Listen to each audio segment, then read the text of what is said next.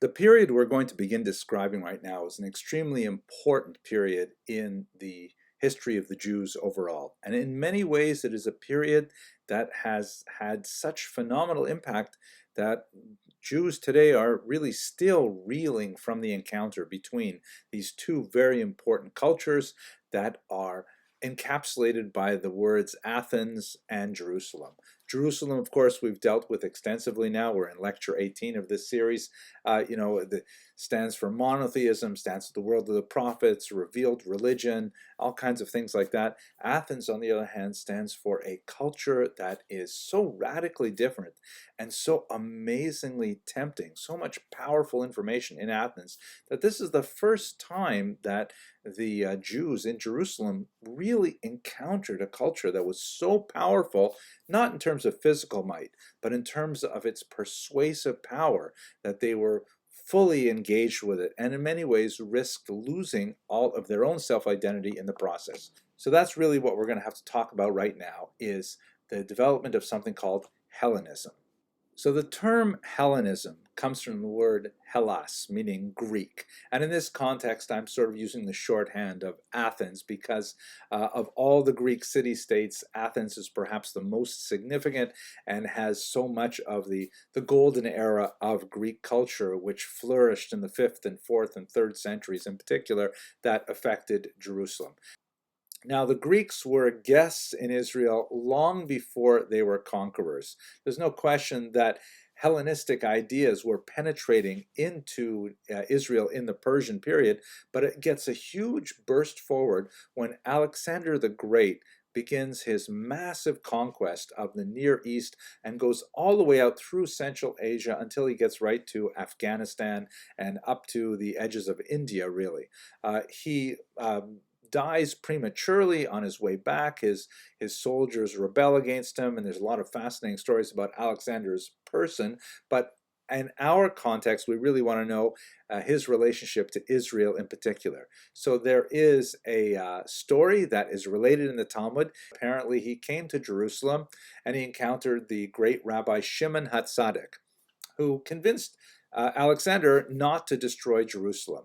That much for sure is true. Jerusalem was not destroyed by Alexander, and that's a kindness. It's wonderful. Jews are generally very happy when their cities are not destroyed by conquering armies. It does not happen all that often.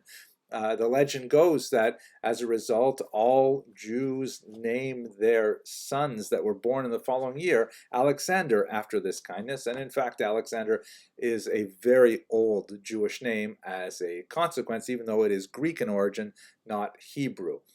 In fact, my own grandfather, Alav Shalom, and one of my sons is named Alexander as a consequence of this particular interaction. But what we can say about Alexander's presence in Israel is the fact that he brought with him Greek norms, Greek organization, Greek government, Greek economics, and Greek thought as well. And that is extremely important for our purposes because this is a period in which Jews were fully engaged in everything Greek, even to their own detriment, as we shall see. The idealized cooperation of the Greeks and the Jews is encapsulated in a rabbinic reading of a verse in Genesis that Japheth, who was one of the sons of Noah, will dwell in the tents of Shem, Shem being another son of Noah. Japheth, in the rabbinic sort of like map of the cultural world, represents Greece, and Shem represents Israel. Hence we get the term, by the way, Semite, for example, from Shem. Jews historically engaged in the thought of these philosophers in a very big way. Platonic elements can be seen in a lot of thoughts. In particular, when you look at the mystical tradition, there are a lot of ideas that are congruent with Platonic teachings.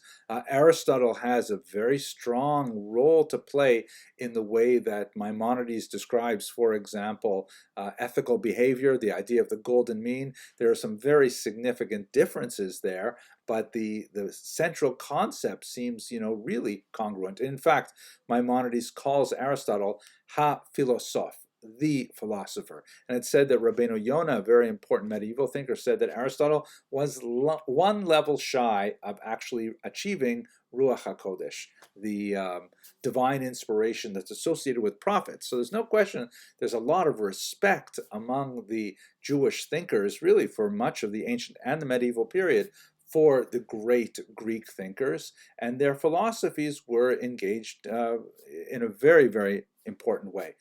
One must not think that the encounter of Athens influenced only the highest intellectual levels of the Jewish community.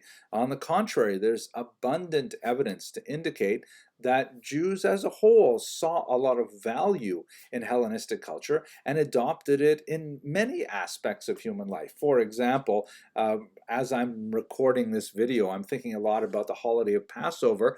I just finished reading tractate Pesachim in the Talmud, and there's a lot of discussion in the final chapter there about leaning. Of course, those of you who celebrate Passover, one of the elements of the Seder is that one must lean to the left while eating, which is a little bit awkward in, regular dining room chairs, especially if you don't have arms on them.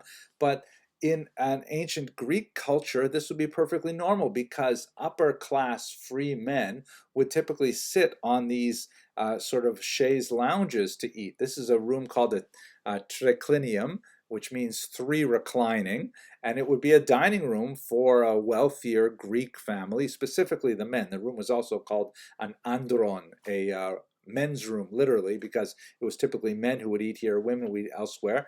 I don't think that would be entirely true in a Jewish setting for reasons which are beyond the discussion here. But at any rate, it's very clear from the Talmudic discussion of how people are supposed to eat on Passover is that Jews are supposed to eat like free people. And their model of free people's eating is this kind of strange Greek leaning to the left. So even in common sorts of interactions like dining, like personal adornment, beauty, names. There's so many Greek names that make their way into the Jewish vocabulary, and not just great figures like Alexander, but figures like Antigonus, Ish Socho.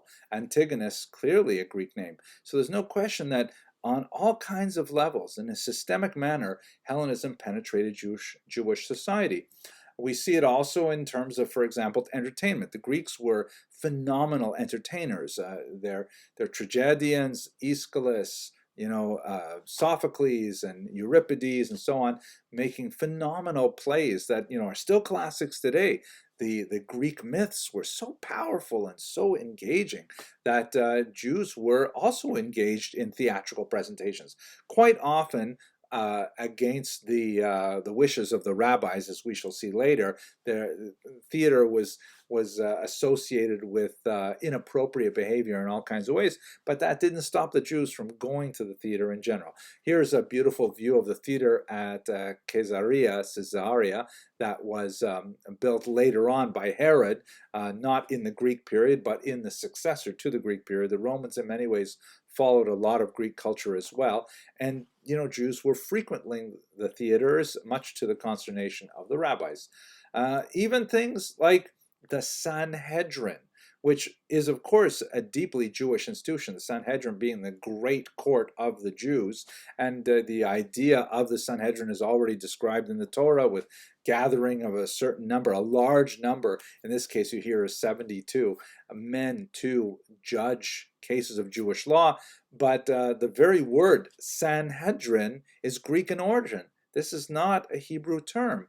And these are just a few examples of how Athenian culture really penetrated Jewish culture in so many ways. This was what was going to become a Kulturkampf, a culture struggle, but in the first 150 years of the Greek presence in Israel, Jews were, grabbing onto it with both hands. The period that I'm describing right now is primarily the period from Alexander the Great, about 332 before the Common Era, to Antiochus Epiphanes IV, who is the wicked king associated with the Hanukkah rebellion.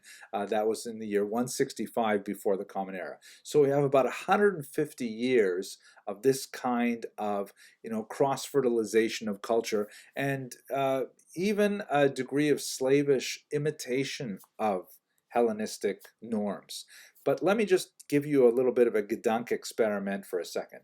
So let's say you have a bowl of chicken soup, and it's delicious. It's aromatic and it's flavorful, and it's got so much nutrition, and so, but it's really too hot. It's too much, and it's hard to eat it when it is so hot. So you put an ice cube in there, you put a little bit of water in there, and you wait a little bit. Oh, it's still delicious, but the fact is, it's still too hot, and you really want to eat it, but it's still too hot. So you put in some more ice, a little bit more water, and at a certain point, and no one knows exactly when that point is, but at a certain point, it becomes certainly cool enough to eat, but it's no longer chicken soup.